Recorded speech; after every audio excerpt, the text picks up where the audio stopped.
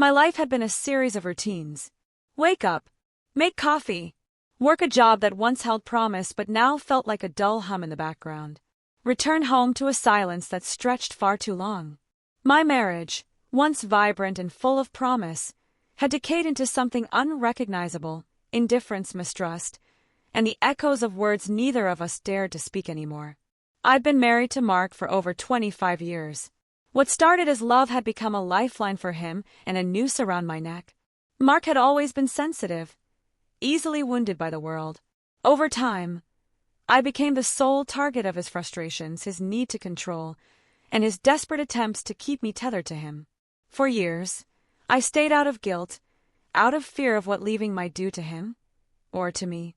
But the fire in me was dying. That day at the grocery store felt like every other day. I wandered the aisles, numb and detached, staring at rows of cans and shells of bread.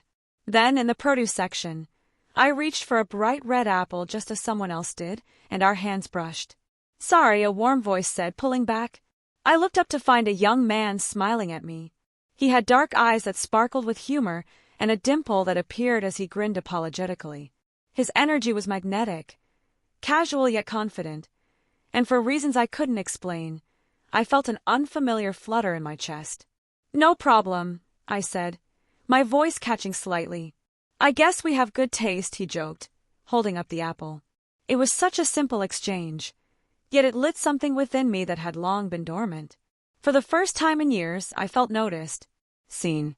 We chatted briefly, our conversation unremarkable but oddly natural.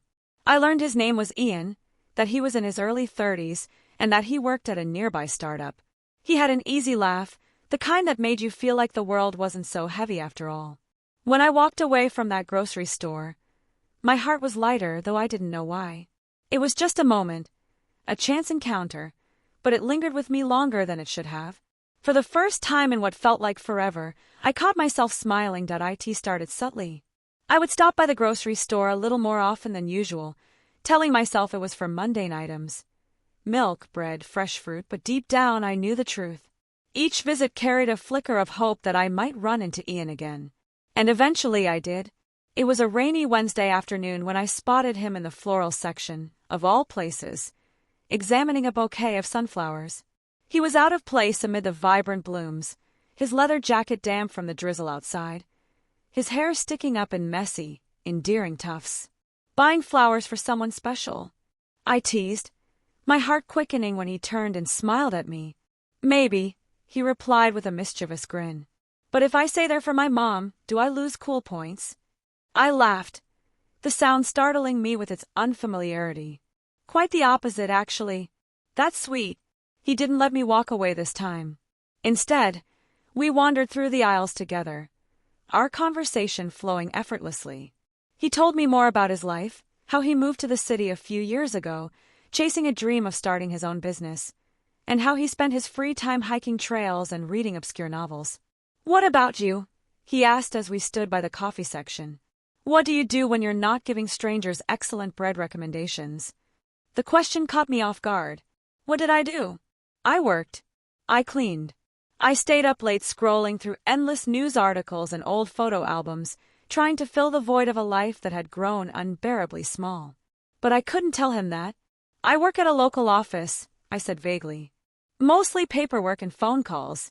Nothing too exciting." He didn't seem put off by my non-answer. "You seem like someone who has a lot of stories, though. I bet you've seen and done more than you let on." The sincerity in his voice startled me. No one had looked at me that way in years, as if I were still capable of being interesting, of having a life worth sharing. When we parted ways that day, Ian handed me one of the sunflowers he had bought, his expression soft and unguarded. "You should have something bright in your day, too." I drove home clutching that sunflower like it was a lifeline. From then on, our meetings became more frequent, sometimes planned, other times serendipitous, though I suspected he was lingering in the store as much as I was. We would talk about everything and nothing, about books and movies, about the little things that made life strange and wonderful. He had a way of making me laugh, deep, unrestrained laughter that felt like a foreign language rediscovered. And he listened, truly listened, in a way that made me feel seen. Slowly, I found myself opening up more, sharing pieces of my world that I had long buried. One afternoon, as we sat on a bench outside the store sipping coffee, he told me about his late father and how he had struggled to move forward after losing him. "Grief has a way of changing you," he said, his voice quiet. "It makes you see the world differently, you know? Like everything matters more, but also less." I nodded, my chest tightening. I understand that. I wanted to say more, to tell him about the grief of a life unlived, the weight of decades spent in a marriage that had turned suffocating, but the words felt too heavy. Our connection grew in those small moments, each one weaving a thread between us that I couldn't explain or ignore. Ian brought a lightness to my days, a reminder that life could still hold surprises, even for someone like me. Yet, with every shared laugh and lingering glance, a small voice in the back of my mind whispered, "This can't last. He's too young, too kind, too much."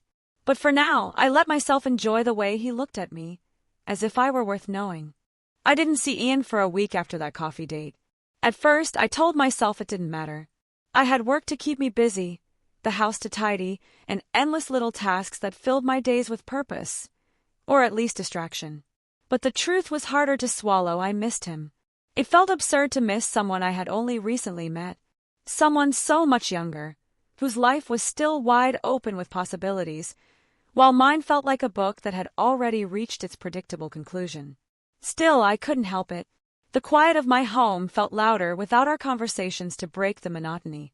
Even the grocery store, when I forced myself to go, seemed emptier without him there. It was a rainy Friday afternoon when I finally saw him again. He was standing in the same spot near the bakery, holding a paperback novel, its cover slightly worn. When he looked up and spotted me, his face broke into that familiar smile, the one that made my stomach flutter in a way I hadn't felt in years. "You're back," he said, as if he'd been waiting for me. "I could say the same about you," I replied, my voice more teasing than I intended. He held up the book. "I was hoping to run into you, actually. I thought you might like this." I blinked, surprised. "You bought me a book?" "Well, technically I'm loaning it to you. But yeah?" He scratched the back of his neck, looking suddenly bashful. "It's one of my favorites. I thought you'd enjoy it."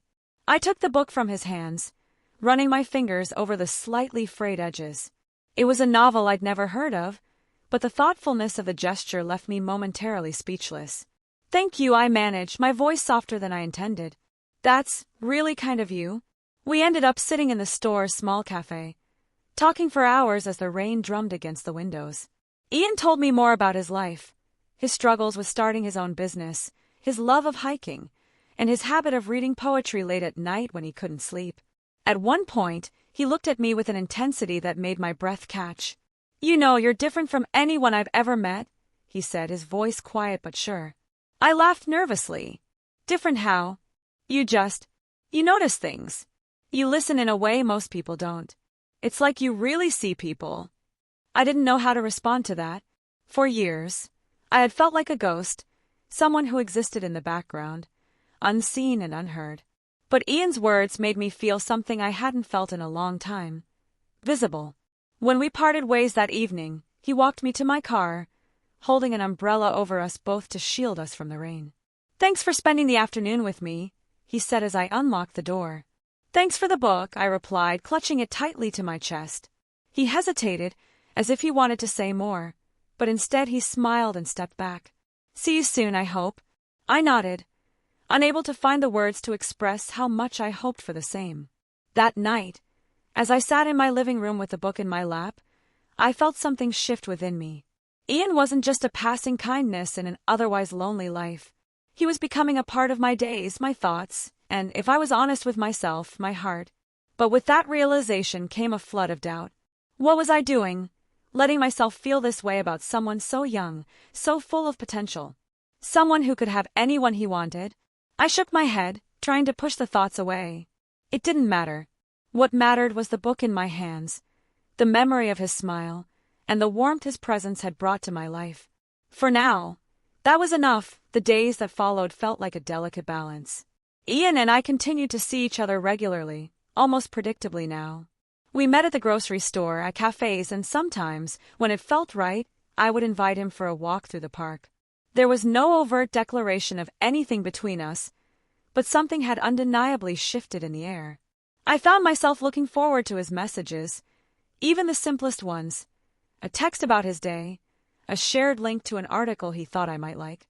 His presence, though still so new, had wormed its way into the fabric of my life, becoming a steady thread I couldn't easily unravel. It wasn't just his attention that warmed me, it was the way he made me feel.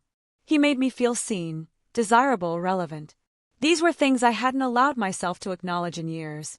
My identity had been consumed by roles. Wife, mother, daughter. It was easy to forget that there had once been a woman who had desires, who had dreams that hadn't been stifled by time or expectations.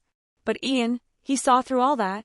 It wasn't until a Thursday afternoon, when I was sorting through an old box of photographs in the attic, that I realized just how much I had changed in these few months. The pictures were old, yellowed edges, smiles frozen in moments long gone. And as I sifted through them, I noticed a pattern. Every photo of me, from the youngest years to my late 30s, showed a woman who had been full of life, laughing freely, radiating energy. But there were no pictures of that woman after I married Alex. I paused, fingers trembling as I held a photograph of myself from a family gathering. My face was full of light. There was joy in my eyes. And then I remembered. I had stopped laughing like that.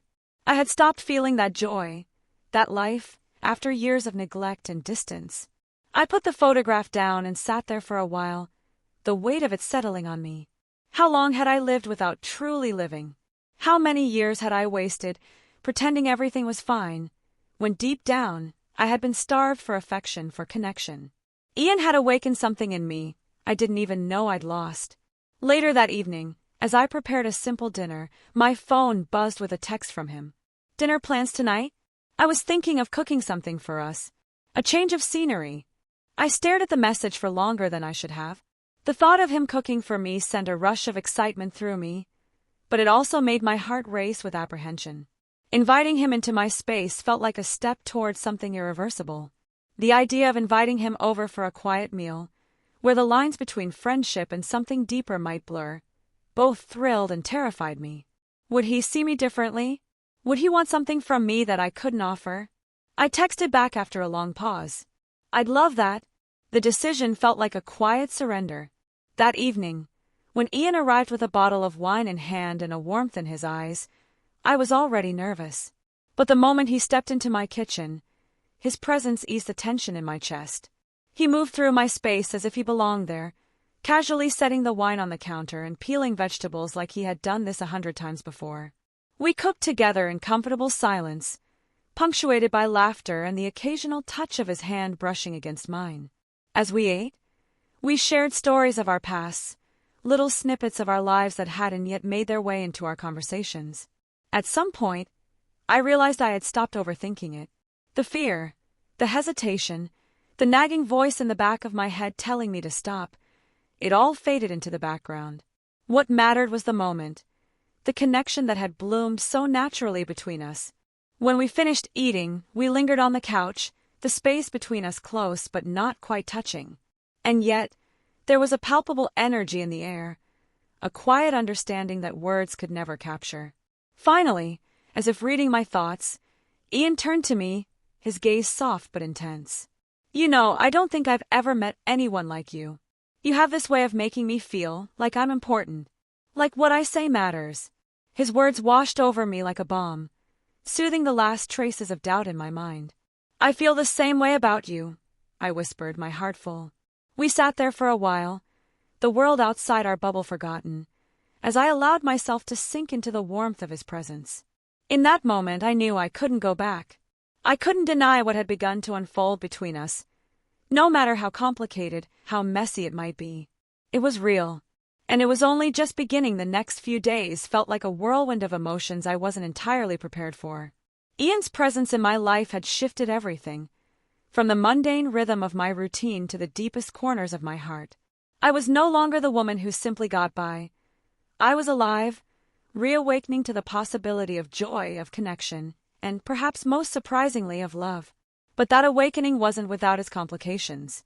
The doubts began to creep in slowly, like a shadow that stretched further each day. I found myself second-guessing everything. What would people think?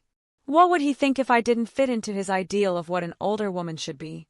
Was this just some fleeting attraction for him? Something he would soon grow bored of once the novelty wore off? I couldn't deny that a part of me, despite everything that had blossomed between us, was still trapped in the constraints of societal expectations. The world wasn't kind to couples who didn't fit a certain mold. Older women dating younger men weren't often celebrated, and I couldn't ignore the whispers that might follow. There would be judgment, even condemnation. People had a way of judging things they didn't understand, and our relationship, if it could even be called that yet, didn't fit into anyone's idea of normal. And then there was Alex. I hadn't told him yet. The thought of confronting him, of trying to explain to him the stirrings inside me, felt like a betrayal. I had spent years in a marriage that had long since hollowed out, but the inertia of that life was hard to shake. How could I justify this to him? How could I even begin to explain that my heart had moved on, even if my body was still tied to him? I kept thinking about Ian's touch, the way his fingers had brushed mine the other night, how they lingered a moment longer than necessary, as if he knew exactly what I needed. How could I resist something so genuine? Something that made me feel alive again. But then, in the middle of the night, when the silence of my house felt too loud and my thoughts too heavy, I had a conversation with myself. A confrontation I had been avoiding for weeks. I stood by the window, looking out at the dark sky, and whispered to the night, I can't keep pretending anymore. I wasn't talking about Ian, not entirely. I was talking about myself, about the woman who had spent so long under the weight of obligations, of duty. The woman who had been afraid to take a risk, to admit that she, too, deserved to feel something real. And then, just like that, I realized I had already made my decision. It wasn't just about Ian. It was about me. It was about reclaiming my own life, my own desires. It was about rejecting the story that had been written for me and finally writing my own. The next morning I texted Ian. I think it's time for us to talk. In person. I felt a tremor of nerves, but there was also a sense of clarity in the air. The ball was in my court now. I wasn't sure where this path would lead, but I knew it was one I couldn't walk alone anymore. The truth was I didn't want to. The text had been sent. The moment of truth was coming. My heart raced as I paced around the living room, my mind a flurry of conflicting emotions.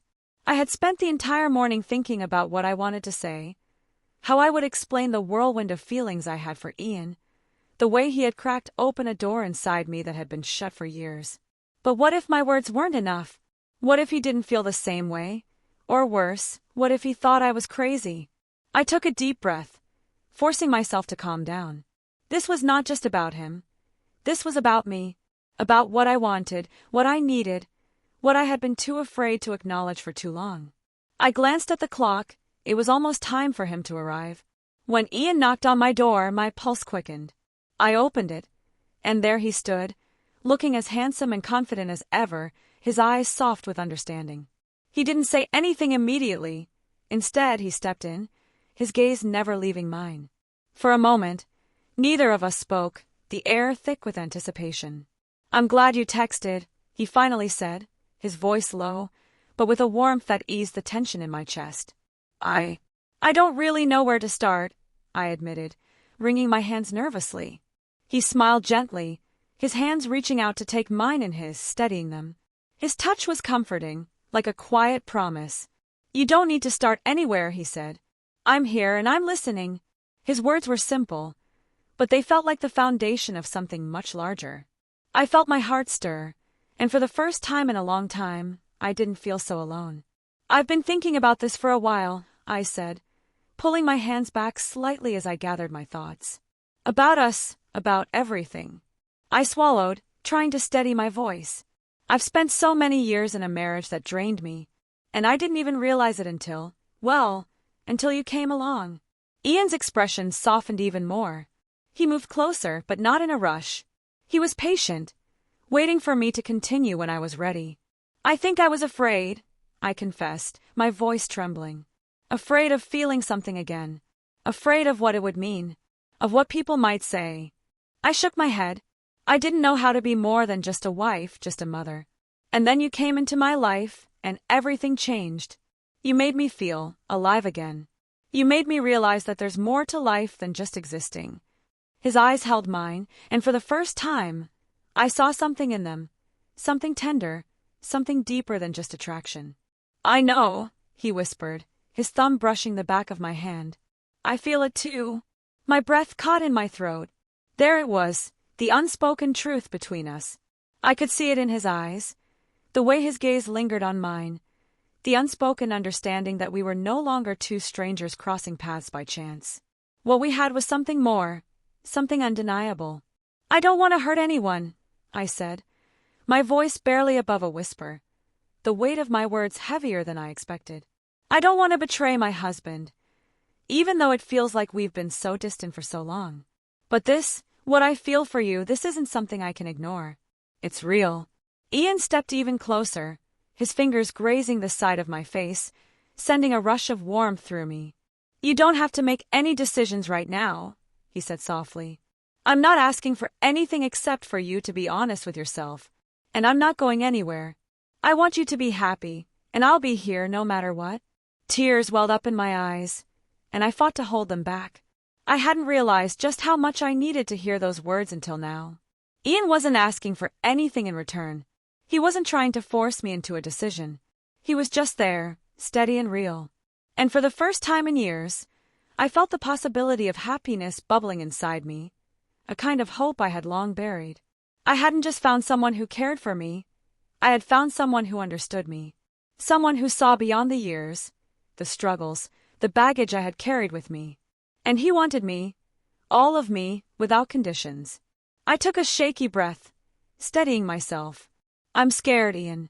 I'm scared of what this means for my life, for my family, for everything I've known. I know, he said softly, cupping my face in his hands. But you don't have to walk this path alone. You don't have to figure it all out right now. Just know that I'm here.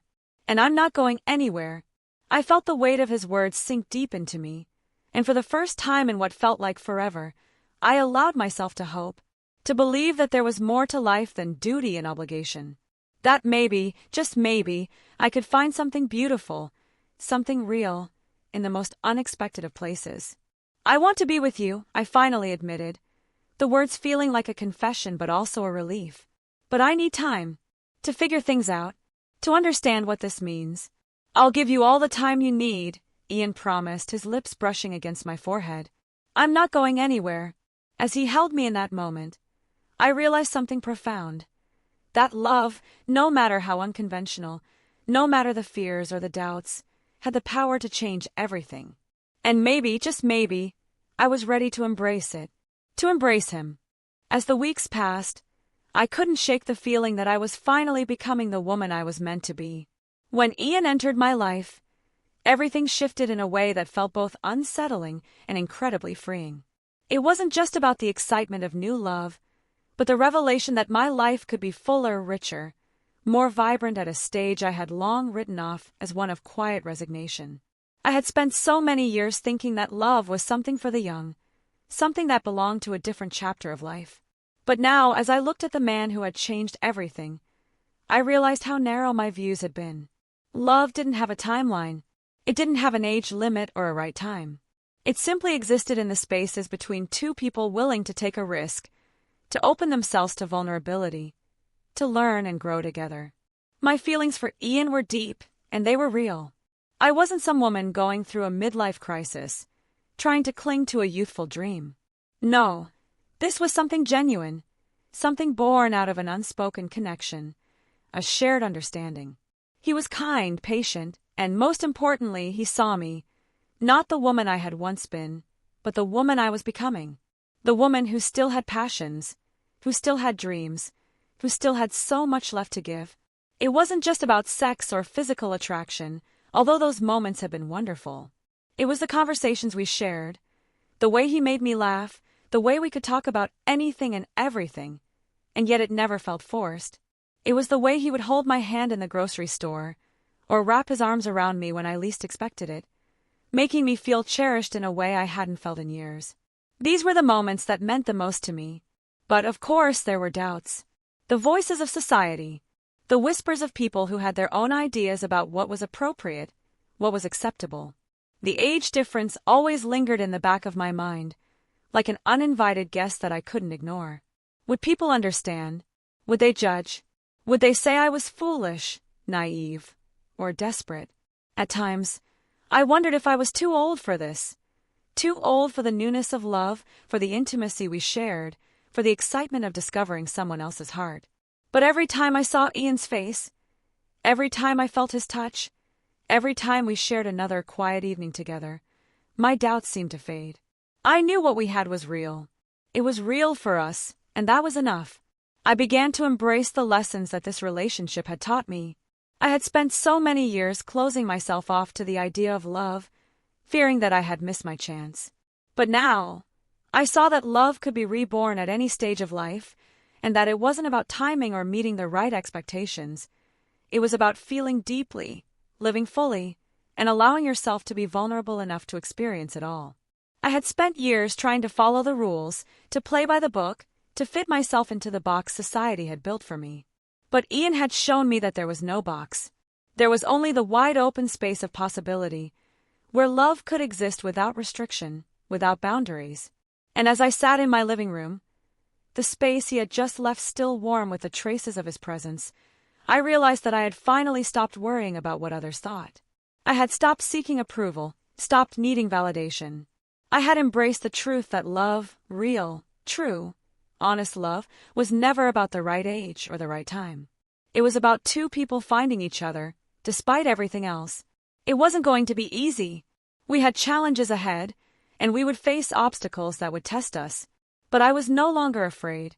I had found something that was worth fighting for, worth cherishing, worth holding on to. And as Ian walked back through my door again, I knew that whatever came next, I would face it with him by my side. Love, I had learned, was always worth the risk.